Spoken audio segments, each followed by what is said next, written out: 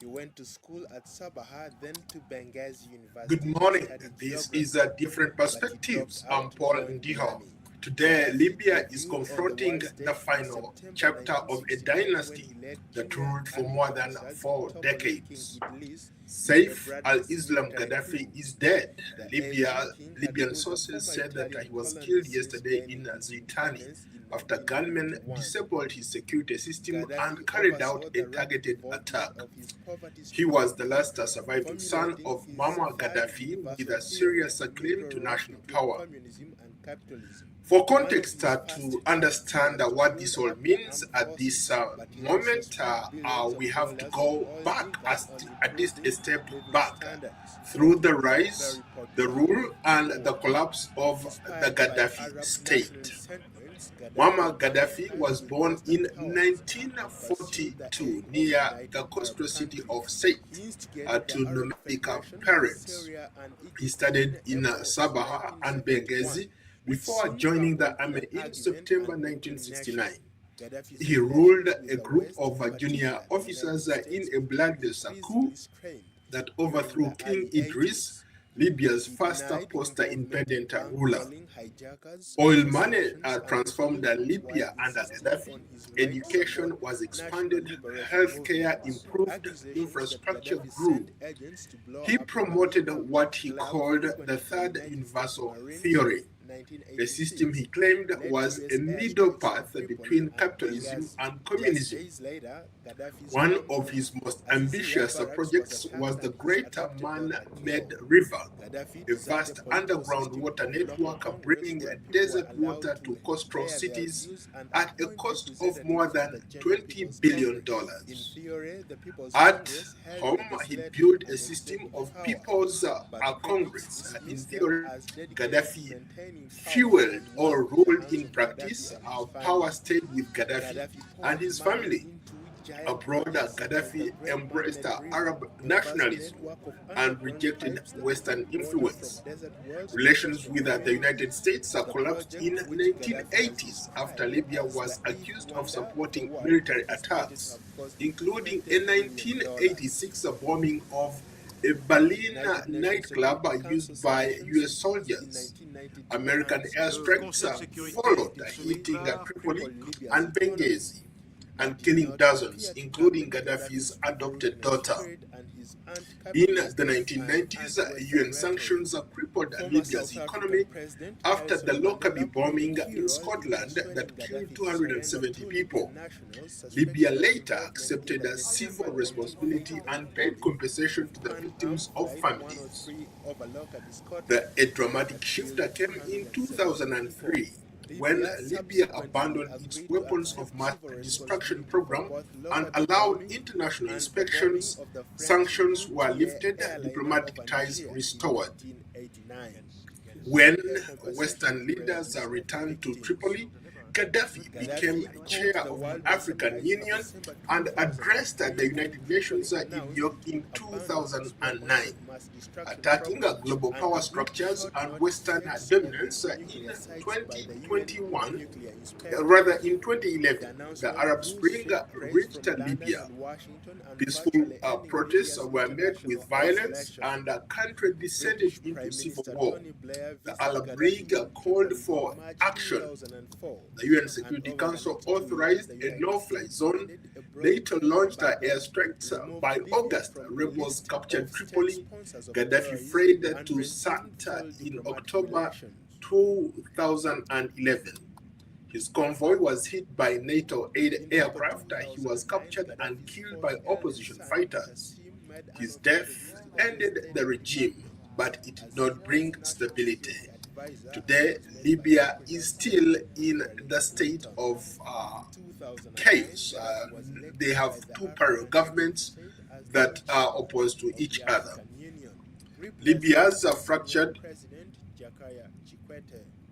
Libya In June fractured 2009, into Gaddafi rival made his governments, first trip to militias, Italy, and foreign-backed Libya's power former colonial centers. wearing Saif a picture of al-Islam the Gaddafi anti-resistance hero once Omar represented al-Makri himself as the appeared on reformist his son, military uniform. Western-educated, Gaddafi was a welcomed broker by of Italian Libya's Prime Minister 2003 Silvio Berlusconi with a WMD red carpet deal. reception.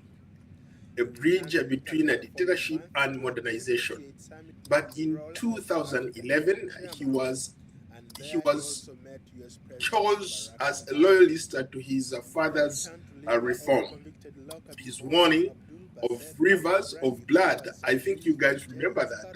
He at one point he appeared on TV and he was wiggling his finger like that, saying that rivers of blood will flow in the streets of Tripoli.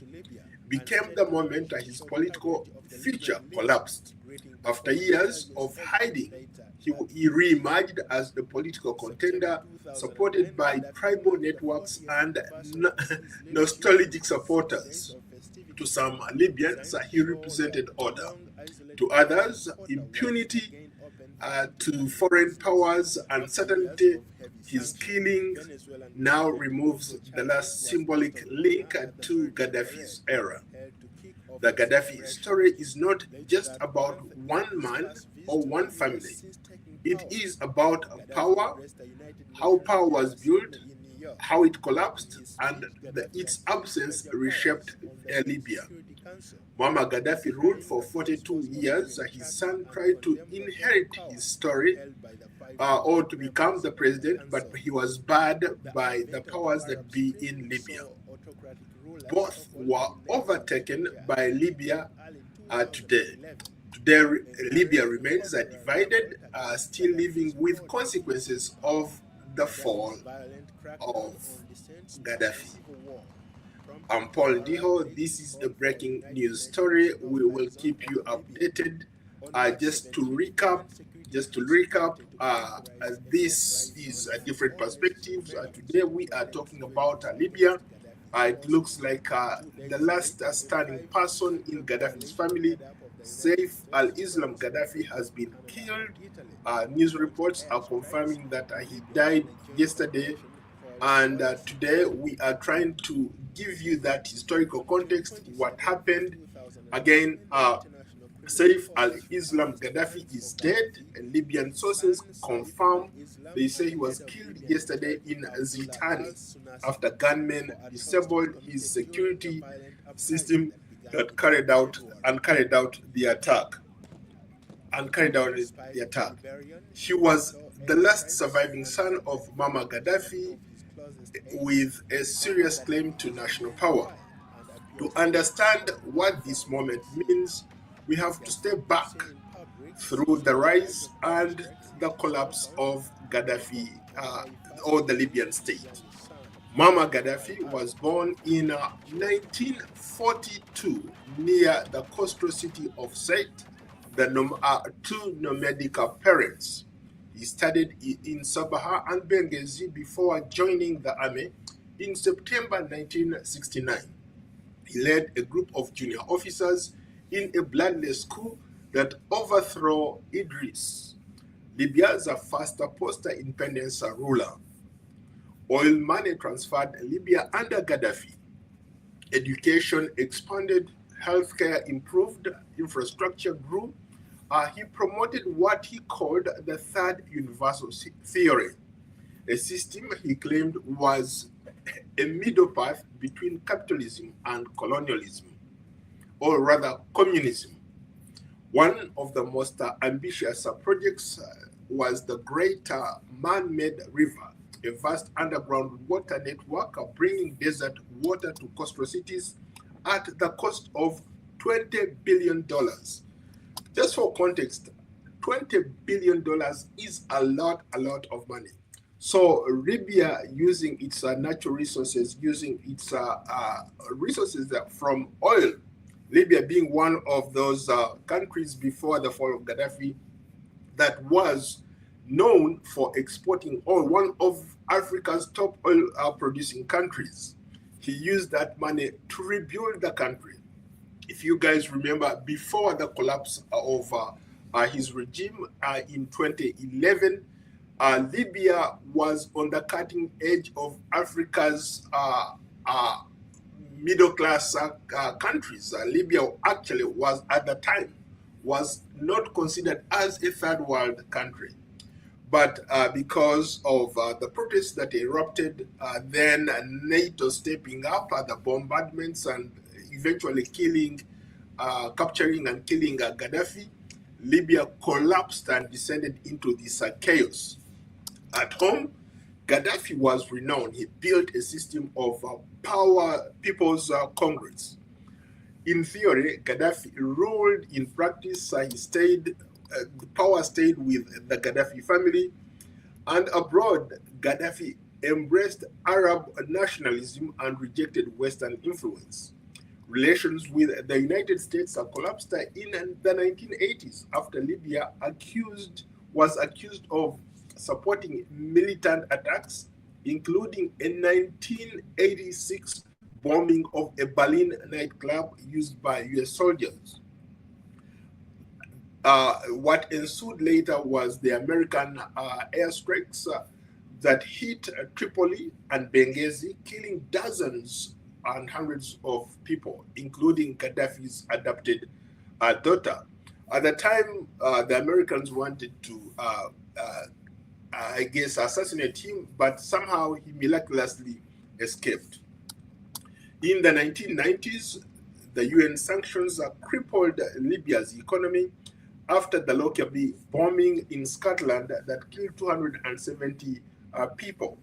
Libya later accepted responsibility and paid compensation to the victim of those families. A dramatic shift came in 2003 when Libya abandoned its weapons of mass destruction. For some of you who have followed Libya very closely, you remember that was a very contentious issue. The entire Western world wanted Libya to dismantle its weapons of mass destruction. There was all sorts of accusations, and Libya decided to get rid of that program in exchange for it being recognized by the West and other, international bodies. When Libya abandoned its weapons of mass destruction programs and allowed international inspections, sanctions were lifted, diplomatic ties were restored. Gaddafi and other Libyan players started flying all over the world.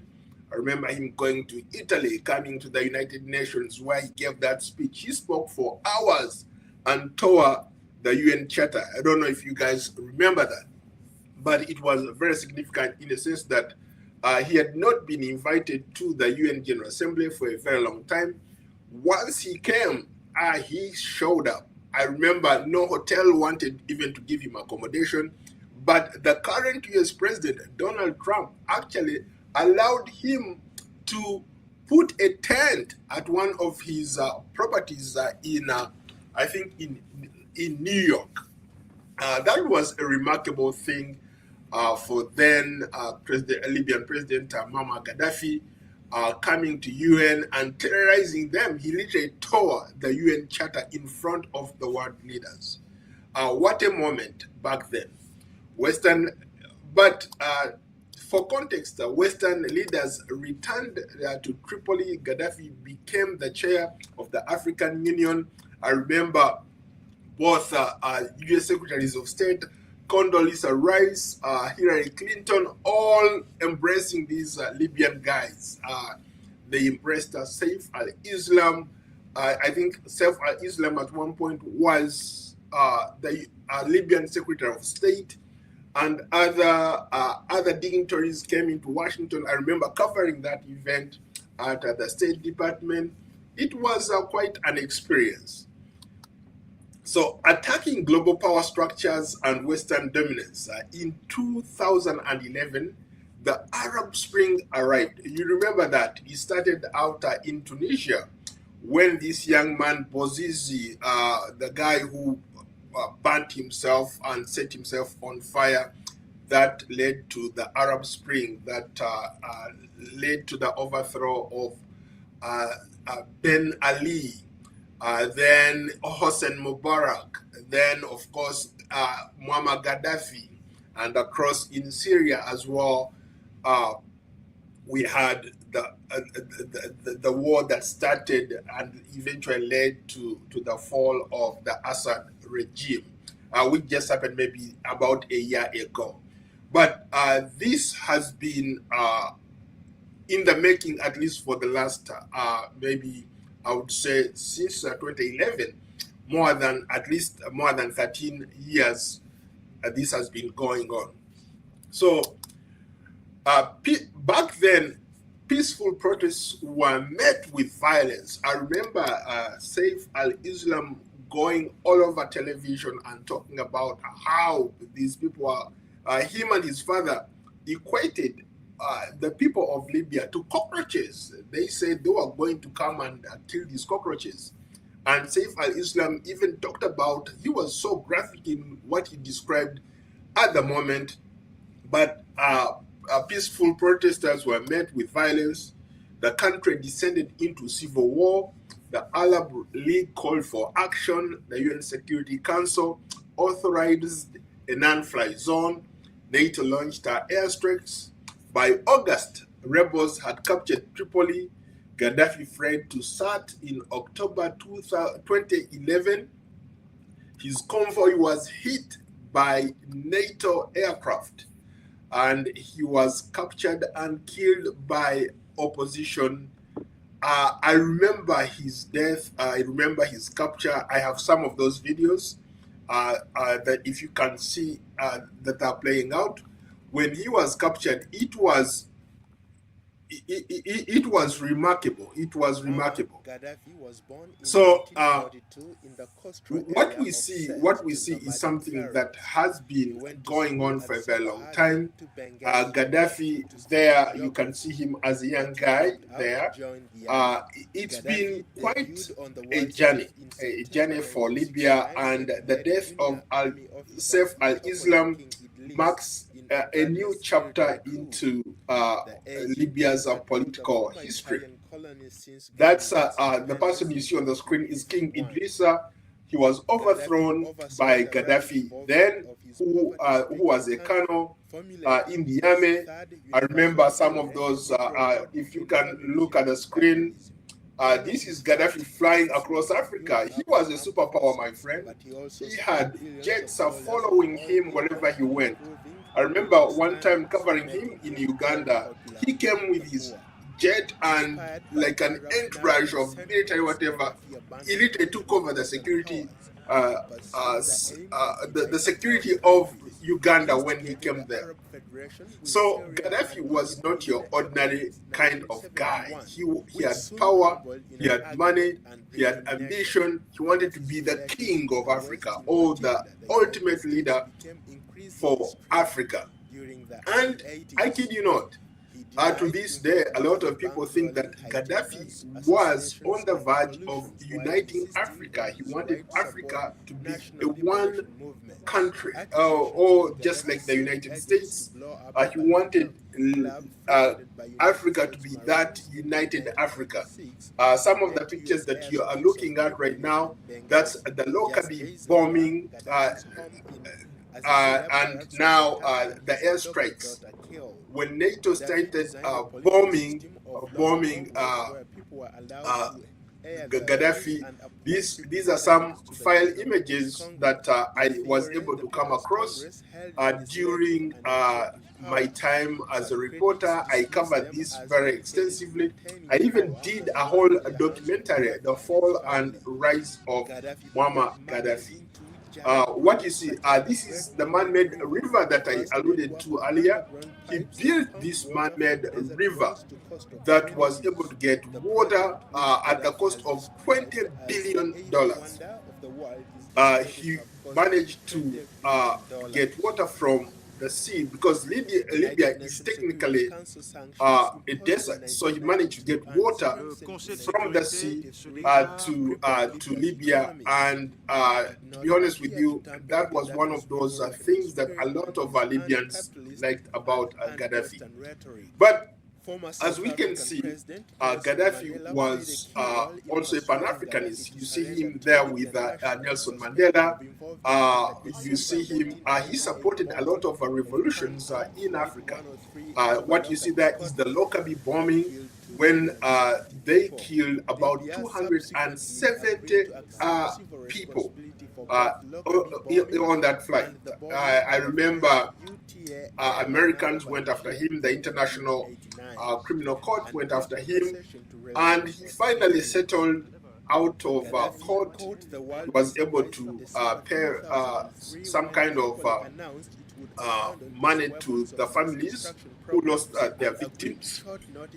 Libya, for those who did not know Libya or who are looking at Libya, Libya was a powerhouse. Libya stood for something. You see, that's him meeting Tony Blair. Who thought that Tony Blair, Western leaders, would go to Libya? But there he was. At the time, Tony Blair was, that's Hosni Mubarak. Gaddafi was, once the sanctions were lifted, all these leaders started coming to Libya. Gaddafi was allowed to come to the West, and that's him meeting Condoleezza Rice, the former U.S. Secretary of State. And now that's Saif al-Islam, the guy who just got killed, meeting U.S. Secretary Clinton. I remember covering this event where Saif al-Islam was the then Secretary of State for Libya. And he was a power man. I remember covering that press conference.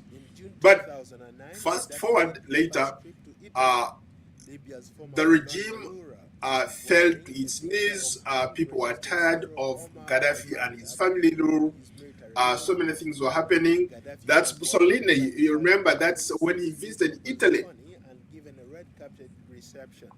So that's Berlusconi, the Italian guy. Gaddafi was something else. That's Obama. Obama is the one who actually, a lot of people have never forgiven Obama, because Obama was one of those people who authorized NATO to go after Libya, to go after Muammar Gaddafi. To this day, even Obama himself has admitted that one of the biggest mistakes that he made was the authorization of NATO forces to kill Muammar Gaddafi. So as we can see, Gaddafi was a powerhouse.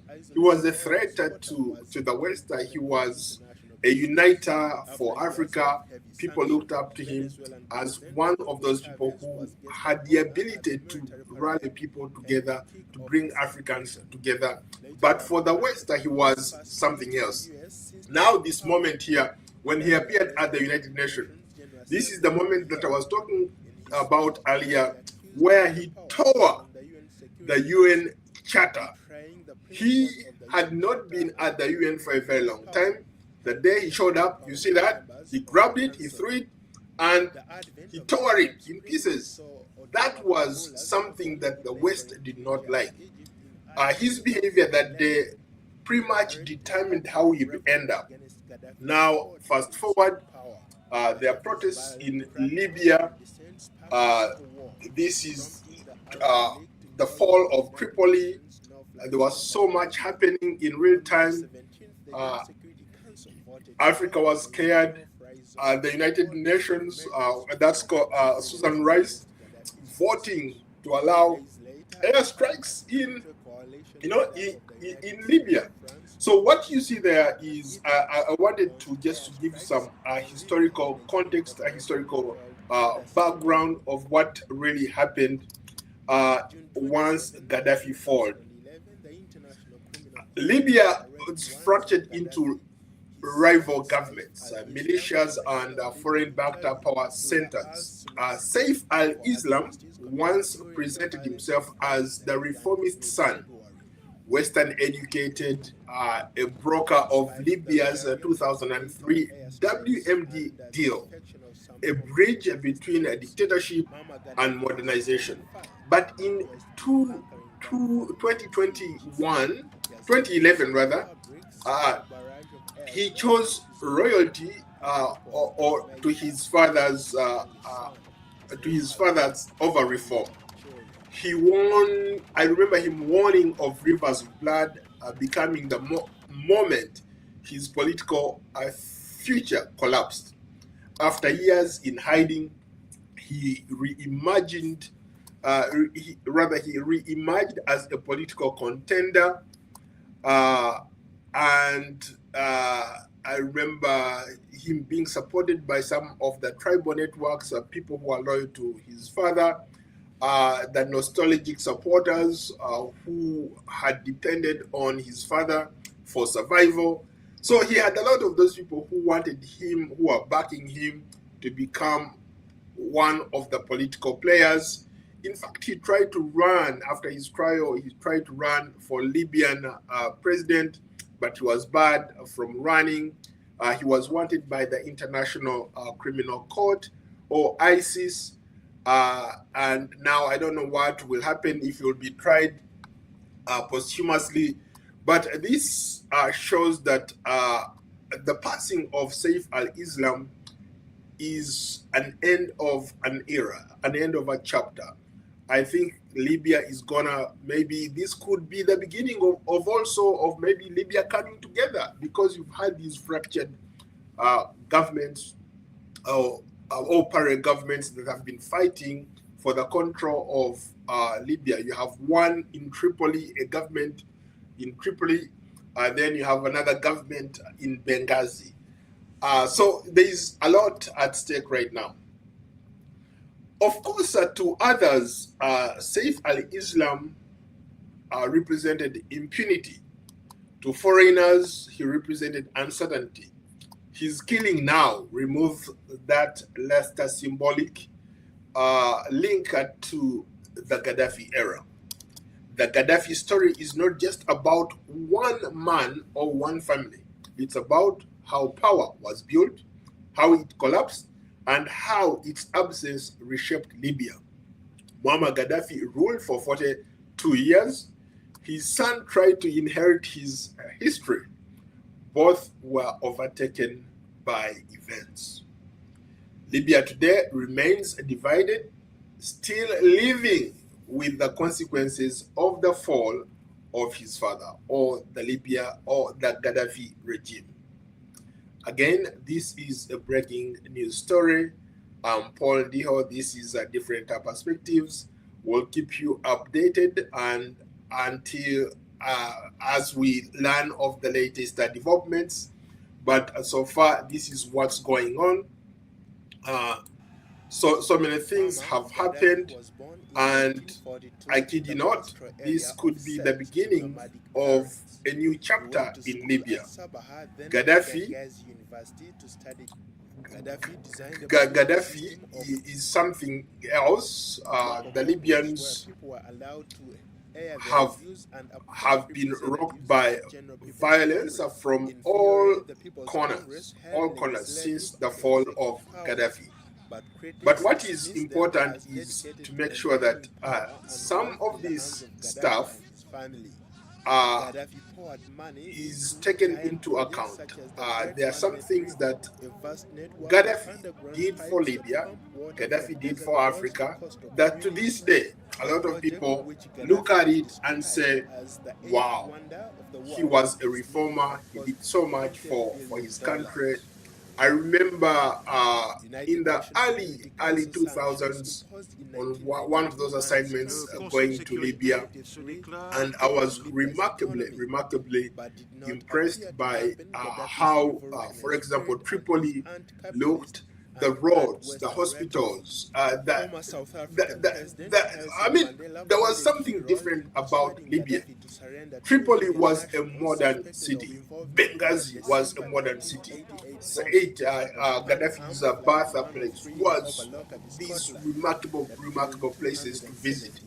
I mean, since the collapse of the regime, Libya has remained, at best, in a state of war. So you can imagine people killed, NATO killed Gaddafi, the country descended into chaos. Today his son is dead. I think he was the last surviving son. Every member of Gaddafi's family is gone, is dead. But what does this say about uh, longevity or those leaders who stay in power for a very long time? Maybe this could be also an example of if you allow transitions, if you allow, if you allow other people to take on leadership roles in some of these African countries, maybe we would not have a situation like this, where people are dying or where people are killed, and once the regime falls, there is no continuity. Everybody thought that Saif al-Islam Gaddafi would be the heir. He was the heir apparent for his father. But Libyans did not see it that way. Libyans did not like him when, especially after he went on record trying to equate his fellow Libyans as cockroaches. He used some very, very bad language. In most cases, he was always looking down at the Libyan people. But today, he's gone. His father is gone. That chapter has been closed. So for those leaders who are still in power, for those people who are still holding on to power, this could be you. I'm not saying that what happened in Libya is going to happen to you, but for sure, you need to look at history. You need to look at what Libya represented, what Gaddafi's family represented, and where they are now. The last surviving son of one of the most powerful leaders, Muammar Gaddafi, is gone. That is Saif al-Islam. The news reports confirm that he has died. He was killed yesterday in Zintan, and this is the end of a chapter. It is something, it's been quite an interesting journey. This young man, highly educated than the average Libyan. I remember he had a PhD from one of the most elite universities, the London School of Economics. He spoke English, he spoke Arabic, he spoke French. He was very well versed with the world and things. And, but there comes a time when stuff like this happens. So to those people, I would say that maybe you need to watch out, especially those leaders. These are file images. If you guys remember, I just wanted to at least give you context of what happened and how Libya descended into chaos after the death of Gaddafi. You remember NATO bombing the hell out of Tripoli and all these major cities. Libya at one point was like the superpower in Africa. But since then, it has descended into chaos,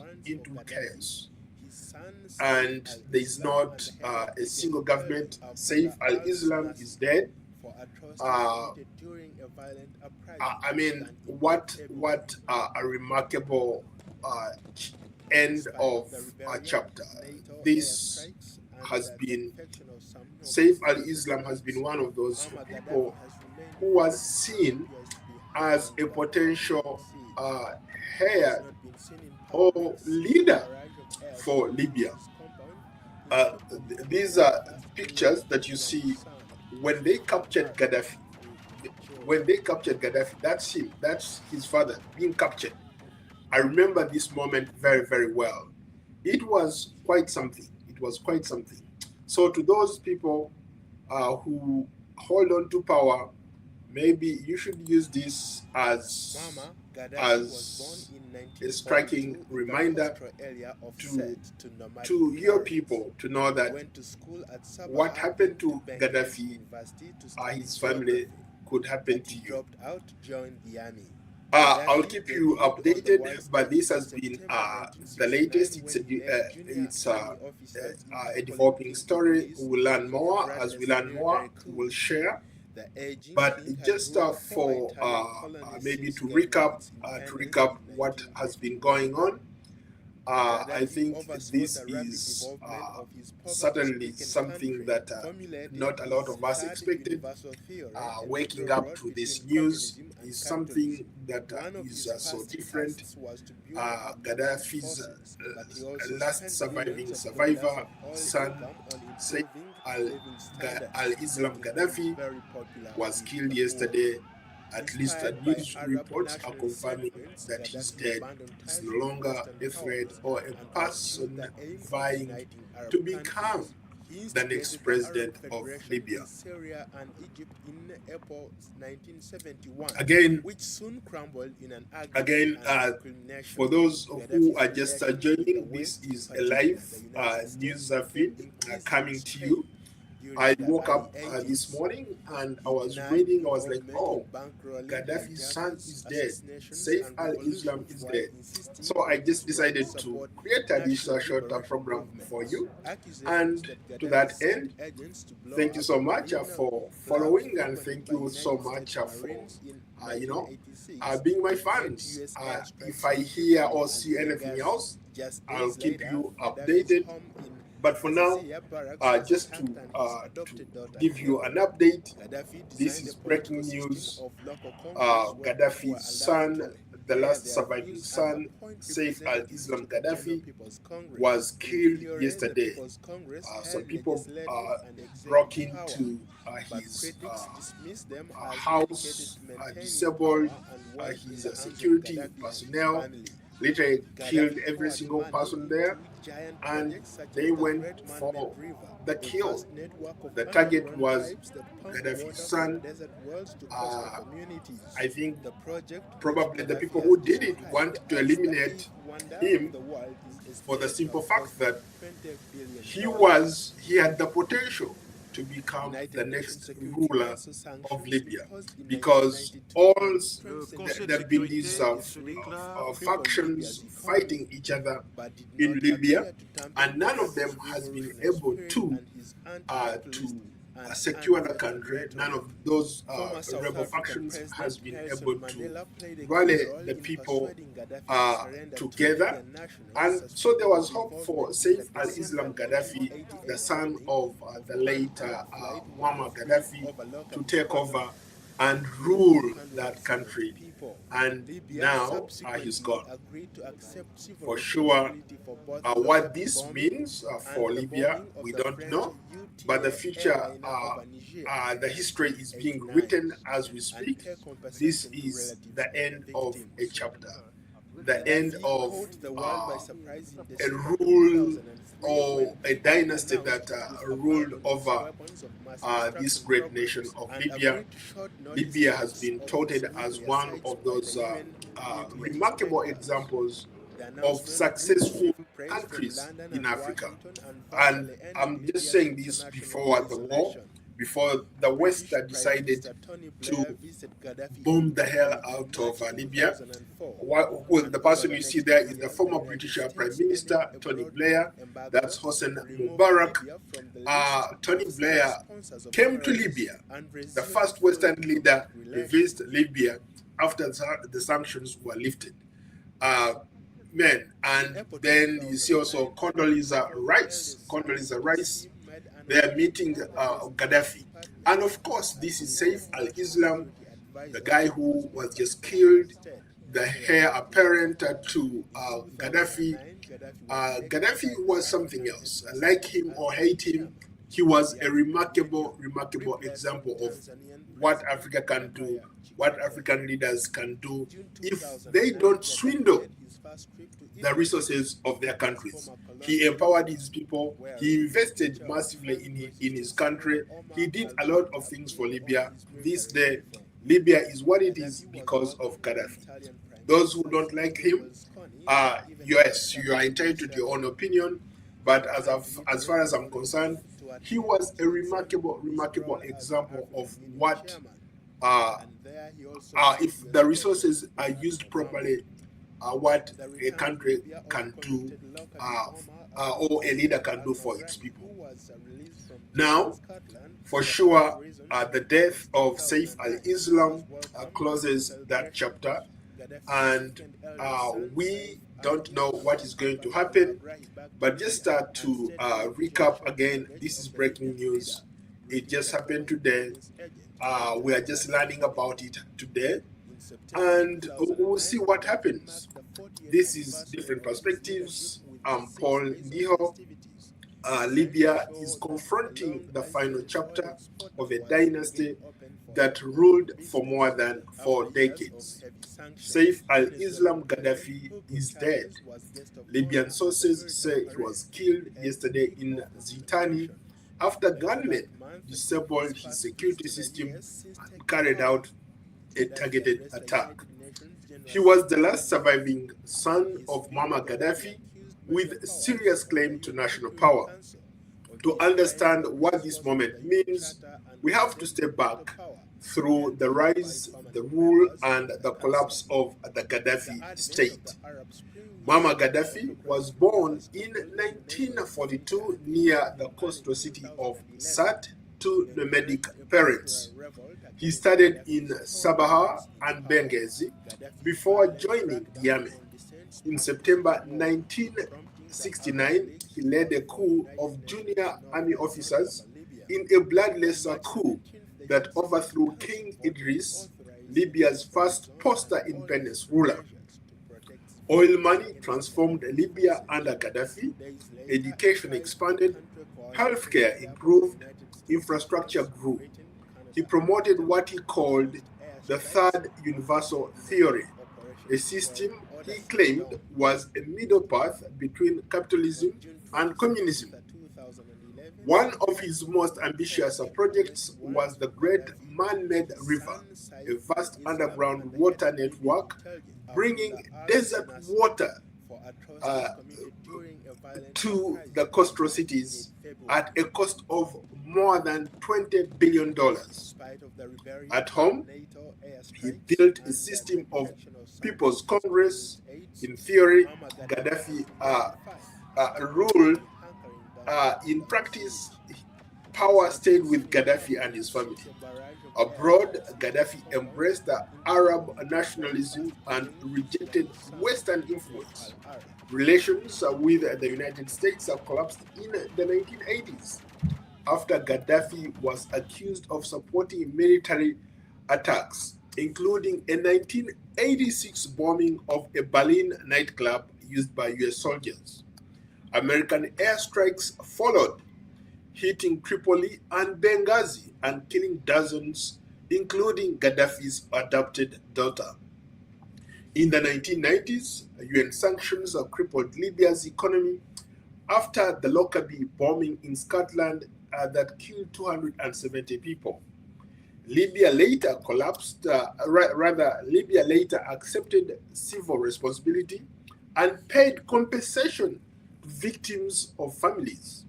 A dramatic shift came in 2003 when Libya abandoned its weapons of mass destruction program and allowed international inspections. Sanctions were lifted, diplomatic ties were restored, and Western leaders returned to Tripoli. I remember the UK Prime Minister then, Tony Blair, US Secretary of State, Condoleezza Rice, and the Italian Italian Prime Minister at the time, Berlusconi, all these leaders were just flocking into Libya. Then, of course, Gaddafi was also at the helm of the African Union. He was the chairman of the African Union. So much was happening. Gaddafi became the chair of Africa. He addressed the United Nations in New York in 2009, attacking the global power structures and Western dominance. I remember him grabbing that UN Charter, throwing it on the wall, and just tore it into pieces. Man, that was quite dramatic, and what a performance back then. In 2011, the Arab Spring reached Libya. Just for context, it all started in Tunisia, where this young man called Bouazizi set himself on fire. Then that led to this guy who had also been in power for a long time, Ben Ali fleeing. Then it descended on Egypt. The Arab Hosni Mubarak had also been in power for a very long time. Then it went down to Libya, and of course, Libya did not survive. Gaddafi had to flee after NATO started bombing the hell out of Tripoli and Benghazi. And as he was fleeing to his home city of Sirte, I think one of the NATO planes was tracking him, and they hit his convoy. He survived, he did not die. He jumped out, tried to run, and hid under a tunnel, under a bridge, and he was captured by the rebels, and they tortured him, eventually killed him. So, so peaceful protests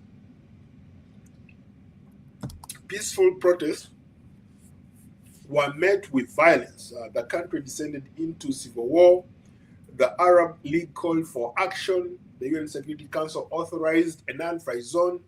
NATO launched airstrikes. I think I remember by August, rebels captured Tripoli. Gaddafi fled to Sirte. And in October 2021, his country was hit by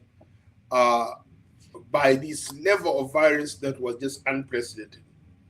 He was captured by the opposition fighters, and his death ended the regime that had been in power for over 40 years. But did that bring stability? Absolutely not. To this day, Libya is still divided. There is so much happening in that country. They can't seem to get their acts together. Militias and foreign-backed power centers, all those people feared Saif al-Islam because they saw Saif al-Islam as somebody who had connections, who had money, who represented himself as a reformist son. And obviously, he had a Western education to boot. I remember him brokering a deal, Libya, in 2003.